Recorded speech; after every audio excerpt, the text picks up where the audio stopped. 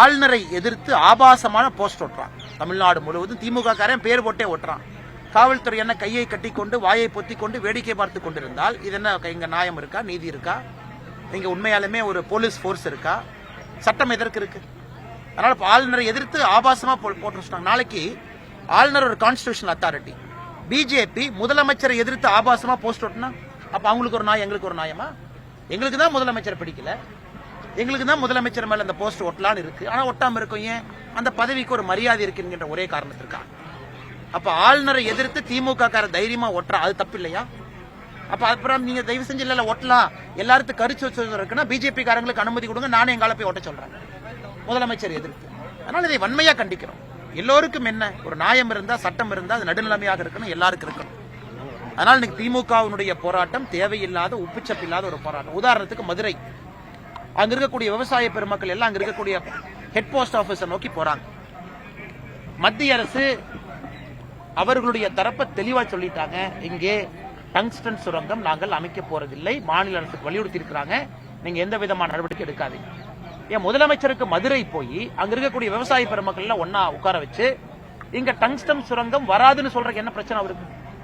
மத்திய அரசு தெளிவுபடுத்திய பிறகு இவங்க என்ன அன்கோ போட்டுக்கிட்டாங்களா தனியார் கம்பெனியோட? நான் தெரியாம கேட்கிறேன். இங்க ஆளுகின்ற திராவிட முன்னேற்ற கழகத்தினுடைய அரசு யாரு டெண்டர் எடுத்தாங்களோ அவங்க அன்கோ போட்டிருக்காங்களா? மத்திய அரசு வராது என்று சொல்லிய பிறகு முதலமைச்சருக்கு வாயத்திறன் சொல்றதுல என்ன பிரச்சனை?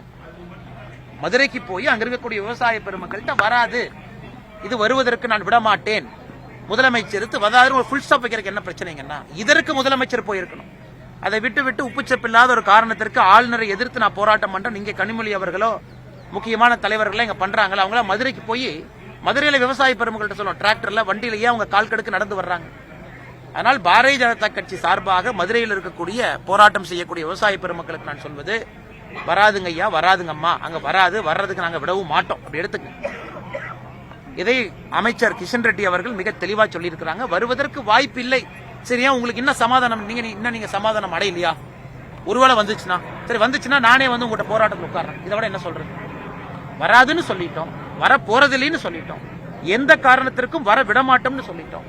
இதையும் தாண்டி நீங்க அண்ணன் இன்னும் கொஞ்சம் சொல்லுங்க அண்ணா, இதையும் நான் உங்களுக்கு சொல்றேன், நானும் வந்து உங்களோட உட்கார்றேன். அதான் மத்திய அரசு தெளிவாக சொல்லிய பிறகு, வராது என்று சொல்லிய பிறகு சார் அரசியல் கட்சிகள் ஏன் தூண்டி வர்றாங்க? முதலமைச்சர் மதுரைக்கு போக ஏன் பயப்படுறாரு? அல்லது கனிமொழி அவர்களையோ இங்க இருக்கக்கூடிய துணை முதலமைச்சரையும் அனுப்பி சொல்ல வேண்டியதாங்க. அதனால அங்க எதுக்கு விவசாய பெருமக்கள் ரோட்ல கஷ்டப்பட்டு கால் கடுக்க நடந்து வரணும்? அதனாலதான் முதலமைச்சரை பொறுத்தவரை எங்கே கவனம் செலுத்த வேண்டுமோ அங்க செலுத்தாம வேலை செய்யறாங்க. ஈரோட பத்தி கேட்டீங்க. கனிமொழி வந்து ஸ்கூல் பிள்ளை ஓடி போற மாதிரி ஆளுநர் நேற்று சட்டமன்றத்துல இருந்து ஓடி போனாரு, லீவ் லெட்டர் கொடுத்து விட்டு இருப்பாரு. கனிமொழி அக்காக்கு பிரச்சனை ஆகி போச்சு. அவங்க பிறந்த நாளுக்கு போஸ்ட் அடிச்ச பிறகு சட்டப்பேரவை நோக்கின்னு மகளிர் அணி ஒரு போஸ்டர், கலைஞர் கருணாநிதி ஐயா அவனுடைய உண்மையான வழித்தோன்றல் அப்படின்னு அது ஒரு போஸ்டர். அதனால கனிமொழி அக்கா இன்னைக்கு பிரச்சனையில் இருக்கிறாங்க. அதனால இந்த போராட்டத்தில் இந்த மாதிரி ரெண்டு சொன்னா தான் கனிமொழி அக்கா தப்பிக்க முடியும். அவங்களுக்கு அவங்க பிரச்சனை, எல்லோருக்கும் ஆளுநரை பயன்படுத்தி அவங்க பிரச்சனையிலிருந்து தப்பிக்க வேண்டும். கனிமொழி அக்காவை பொறுத்தவரை அவர்களுக்கு ஒட்டி இருக்கக்கூடிய பிறந்தநாள் சுவரொட்டியிலிருந்து அவர்கள் தப்பிப்பதற்கு ஆளுநரை பயன்படுத்துறாங்க. முதலமைச்சரை பொறுத்தவரை அண்ணா யூனிவர்சிட்டி பிரச்சனையிலிருந்து தப்பிக்கிறதுக்கு அவர் ஆளுநரை பயன்படுத்துறாங்க. இன்னைக்கு ஆளுநரை பொறுத்தவரை பகடைக்காயாக ஒரு அரசியல் கட்சியும் பயன்படுத்துகின்றார்கள் என்பதுதான் நிதர்சனமான உண்மைங்க.